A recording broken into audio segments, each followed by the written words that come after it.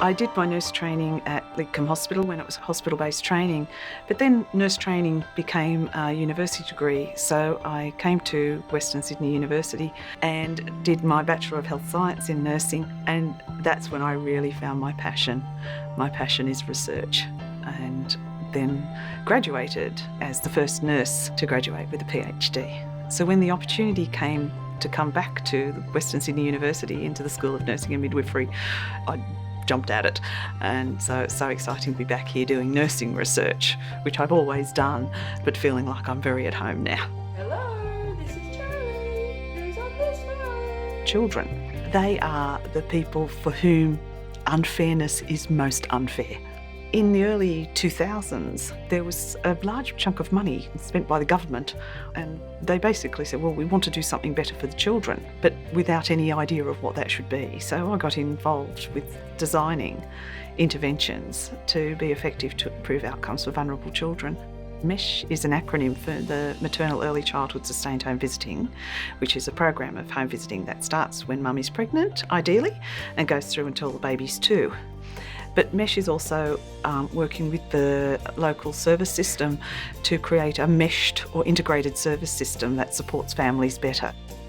So the way that a family would get a MECSH service is that either during pregnancy or early after the child's born, where there's been observed that the family is experiencing some stress or just doing it tough. And that could be for lots and lots of different reasons. First-time mum struggling to understand some of the demands of parenting and their expectations, through to mothers with postnatal depression, right through to refugee families, families experiencing grief and trauma, family violence, so that whole broad range. Didn't feel like people say, you can have this instant connection with your baby and everything's gonna, just have that instant, bond, and I just didn't feel that way. And so I felt like I needed that extra level of support, and so that's why I took up the program. What the nurses do when they go to each family's house is very different. It depends on where the family's at and what they need. And it's really just about supporting the family to achieve their aspirations, whatever they may be. I stayed with the program, all through with my eldest. And then when I had my youngest, Charlotte, I joined it again, but I felt so supported again and already had all that support that I didn't need it as long. Unlike many programs that sit like specialty services that sit to the side of the main public health services, MECSH is embedded in the public health service.